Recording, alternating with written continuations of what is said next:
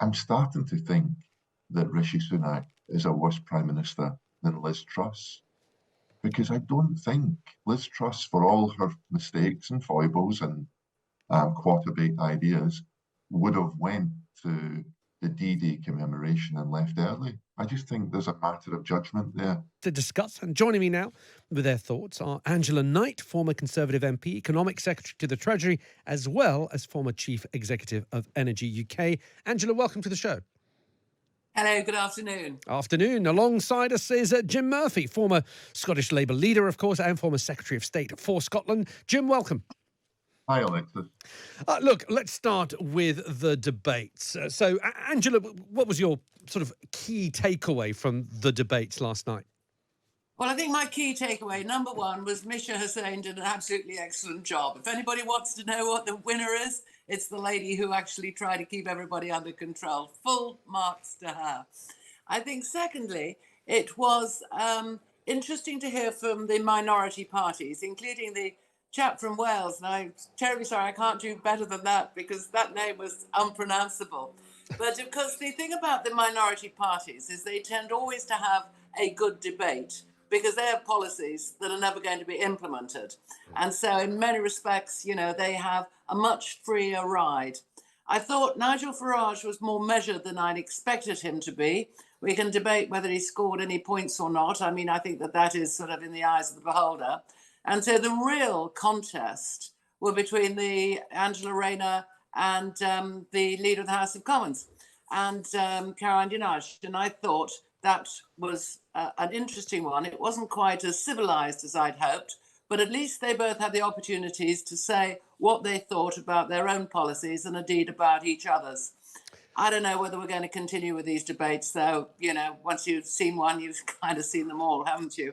A bit of a cynical comment. Angela, sort of sticking with a bit of that cynicism, did you learn anything that you didn't know beforehand? No, I didn't from the main parties, but then equally so, I'm somebody who does rather tend to follow politics. I did learn a bit more about the Welsh nationalists, and I'm not entirely sure whether I did learn a bit more or not of the SNP, because of course the SNP and the Scottish politics does play strongly across national press. But if I hadn't been a follower of politics, if I wasn't one who sort of read the papers and had a decent listen as to think about what's going on, I suspect, you know, some new things would have come forward, yes. You were referring to, of course, Plaid Cymru's leader, Rhiannon Iorwerth. Well done. There we go. Jim. I'll leave that to you. Congratulations. Thanks very much. Practicing, I have actually, yes. Jim, what was your takeaway? I think there are too many people in these debates. I think we have too many debates. I think we try to cover too many subjects in the debates. And as a consequence, it's a debate that suits the politicians rather than the because you get to download your soundbites and then you move on to the next subject. I would much rather we had a debate about home affairs, and then we have another debate about economics, and then a debate about foreign policy, and we can get into the substance of the issues. And this format, for me, doesn't work. But ultimately, debates don't change the election outcome. And yet, in the UK, we've had 15 years of debates for general elections, and there's been very few memorable moments. Whereas in some countries like the US, we won't go into the detail, but there have been real zingers, real humour, real pivotal moments that have impacted the election. My other takeaway, and Angela might not like this, is I'm starting to think that Rishi Sunak is a worse Prime Minister than Liz Truss. Because I don't think Liz Truss, for all her mistakes and foibles and quarter-baked ideas, would have went to the D-Day commemoration and left early. I just think there's a matter of judgment there. And I think Sunak is probably going to go down as even less capable than Liz Truss. And I don't like saying it, and I wouldn't have believed it before the campaign, but it's what I've now concluded. Angela, would you like to comment on that? Yes, I would. I mean, first of all, I was going to try and depersonalize this discussion. And so, okay, if we've got to personalize it, we've got to personalize it. Before I do that, one thing that I do agree with Jim is that these debates are not exactly debates as such, are they? There are, each party is allowed to give a short and very short couple of sentences about a policy in a particular issue. So I have some sympathy and some agreement that if you are going to have a debate, then let's have a reasoned debate over one or two of the critical issues of our time. I do think caring for an increasingly elderly population is one. I think defence is a second. I think getting into the true costs and issues surrounding decarbonisation is a third. And the economy, of course, is the fourth. So I would like to do that. So I agree with Jim on that. What I don't agree with him is now just sort of heaping contempt on Rishi Sunak. I think that Rishi Sunak, as Prime Minister, picked up an extremely difficult time and has actually performed pretty well, solving a significant number of the issues and things that he was left with. I agree with others that he made a big mistake leaving after the British celebrations at D-Day and effectively leaving a photo shot for him to be filled in by David Cameron. I think that was a mistake. What I also know about these things is that there's a certain generation who takes this whole D-Day far more seriously. And Jim, sorry to be personal, but you and I maybe tend to be of that certain generation, if you see what I mean. So I do think it resonates pretty strongly with us. And whilst my father and his friends were not at D-Day, they certainly were fought in the Second World War. And yes, recognizing them in every way possible, I think is appropriate. But I'm not going to damn him for getting something wrong of his generation.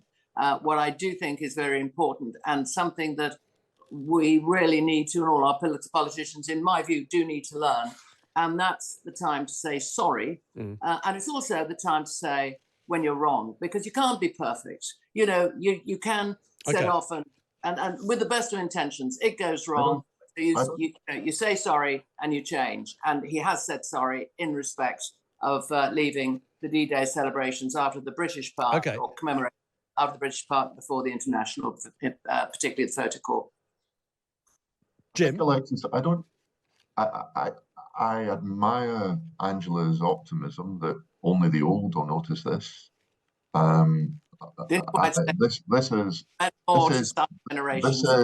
This is the dominant issue on social media. It's the dominant issue on all of those social platforms. There are only really two so far, and the campaign, unfortunately, still has another 3 weeks to go. There are only two really dominant images so far in this campaign. One was what, as you would say in Glasgow, Scotland, a rather dreich Prime Minister on the day of the launch where he got soaked, and then not being at the event, full event in D-Day.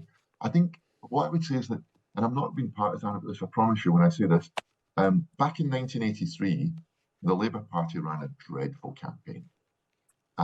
It was known as the longest suicide note in history, its election manifesto. And the Labour Party National Executive met in 1983 during the campaign to pass a vote of confidence in the Labour leader that he was still their candidate.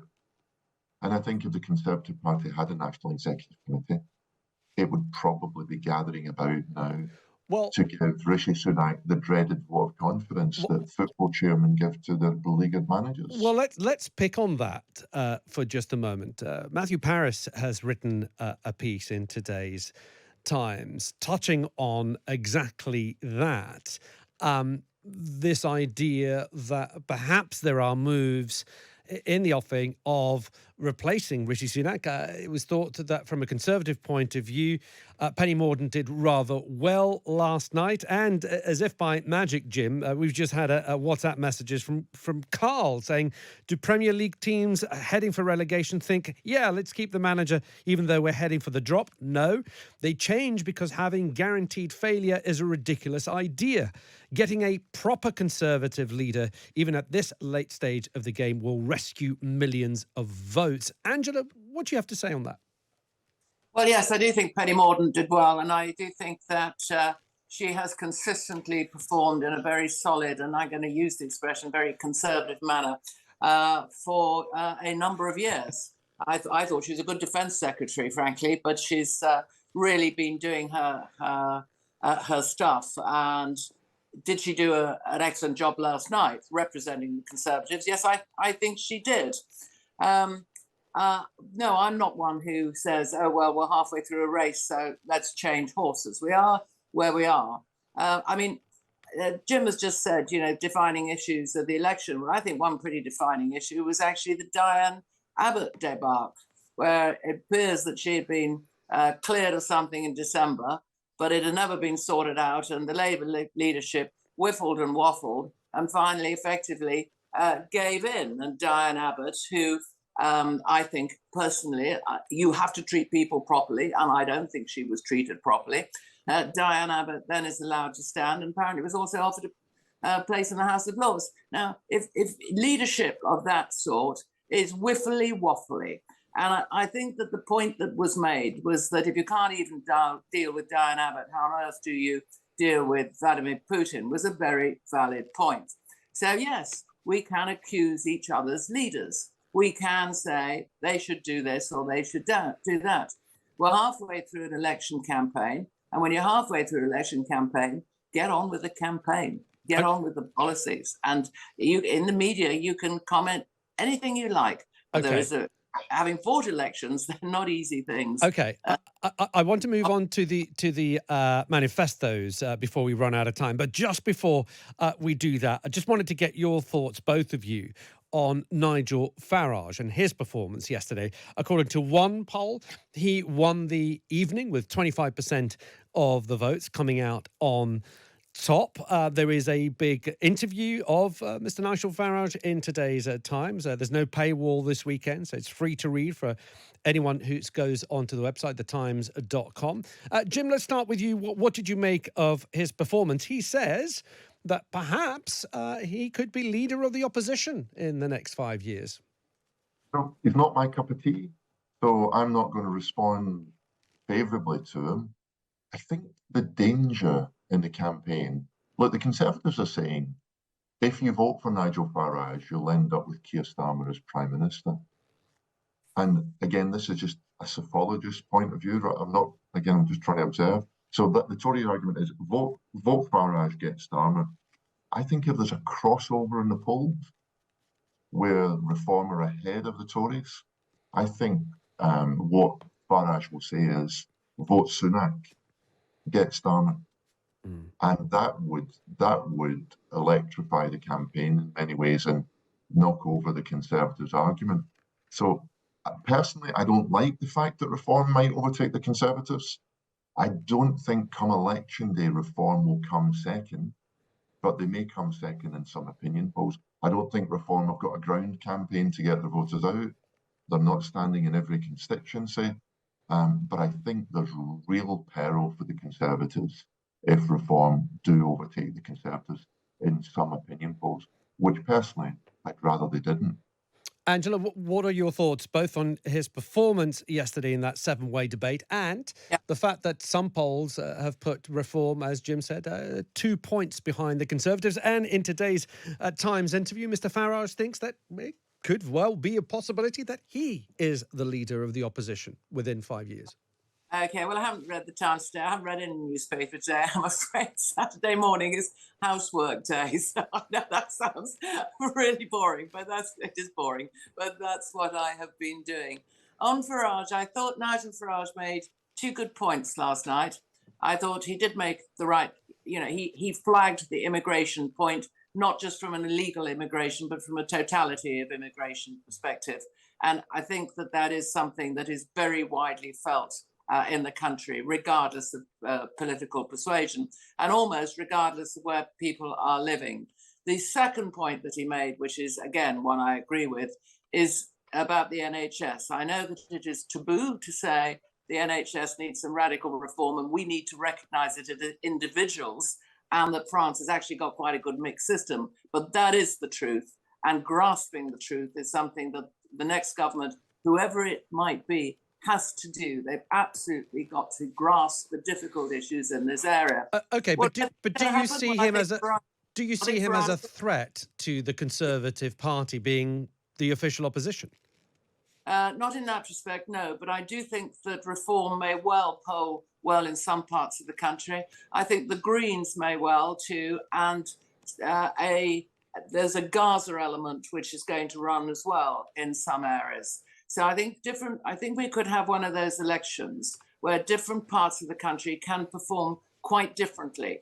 And therefore, although there is an overall percentage, then that percentage is not necessarily going to translate from one group to another. No, I don't think reform will overtake the Conservatives at all, but I do think that they can be, I'm going to use the word troublesome, but I think they are going to be an issue in some areas, yes. Let's look into the manifestos that we're going to be getting this week.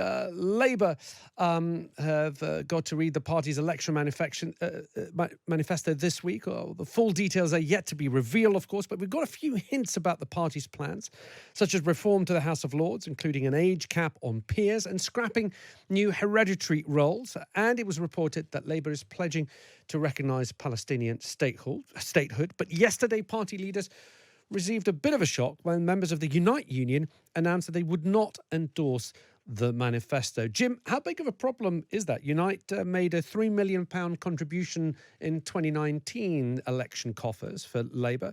If this time round they say we're not supporting the Labour manifesto, what does that mean for the Labour campaign?